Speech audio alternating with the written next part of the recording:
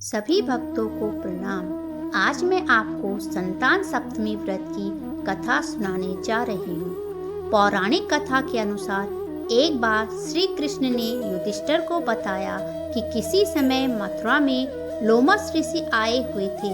मेरी माता देवकी व पिता वसुदेव ने भक्ति पूर्वक उनकी सेवा की तो ऋषि ने उन्हें कंस द्वारा मारे गए पुत्रों के शोक से उबरने के लिए उन्हें संतान सप्तमी का व्रत करने को कहा। लोमस ऋषि ने उन्हें व्रत का पूरा पूजा विधान बताकर व्रत कथा भी सुनाई। इस कथा के अनुसार नहुष अयोध्यापुरी का प्रतापी राजा था। उसकी पत्नी का नाम चंद्रमुखी था। उसके राज्य में ही एक विष्णुदत्त नामक ब्राह्मण रहता था। उसकी पत्नी का नाम रूपवती था। दोनों की पत्नियों में अत्यधिक प्रेम था।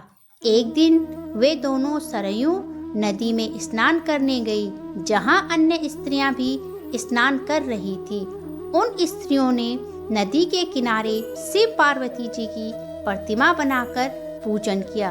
तब रानी चंद्रमुखी तथा रूपवती ने उन स्त्रियों से पूजन का नाम तथा विधि पूछी। उनमें से एक स्त्री बोली, यह संतान प्राप्ति के लिए लिया जाने वाला व्रत है।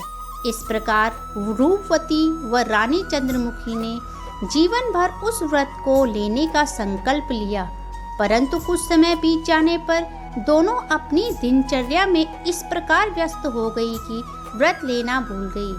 अतः इसके परिणाम स्वरूप दोनों पशु योनि को प्राप्त हुई। कुछ समय के बाद अपने पूर्व जन्म के कुछ पुण्य प्रताप के कारण वह अपने छूटे अधूरे व्रत को पूरा करने के लिए ईश्वर ने उन्हें एक मौका और दिया। वह दोनों मनुष्य योनि में पुनः लौट आई। इस जन्म में रानी का नाम ईश्वरी व ब्राह्मणी का नाम भूषणा था।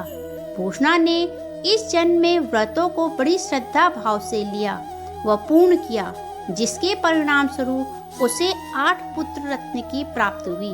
परंतु ईश्वरी ने इस जन्म में भी व्रत को पूरा नहीं किया, जिसके परिणाम स्वरूप वह संतान के सुख से वंचित थी। ईश्वरी ब्राह्मणी भूषणा के सुखी परिवार से द्वेष रखती थी। वह उनका अहित करना चाहती थी, परंतु वह कर न पाई। थक हार कर उसने भूषणा को सारी सत्यता बता दी। भूषणा को भी व्रत के पुण्य प्रताप से पूर्व जन्म में घटित घटना का स्मरण हुआ तथा अपनी स्मरण शक्ति की सारी बातें उसने ईश्वरा को बता दी। ईश्वरी भूषणा से क्षमा याचना करने के बाद उसने भी व्रत करना प्रारंभ कर दिया, जिससे कुछ समय पश्चात उसे पुत्र रत्न की प्राप्ति हुई। जो व्यक्ति इस कथा को सुनता है उसका कल्याण निश्चित है। आप सभी का परिवार में सुख समृद्धि आए, यही कामना करती हूँ। व्रत की पूजा विधि व तिथि जानने के लिए मेरे अन्य वीडियो को सुनिए। यदि आपको मेरे द्वारा कही गई कथा अच्छी लगी हो तो मेरे चैनल को सब्सक्राइब कर लीजिए।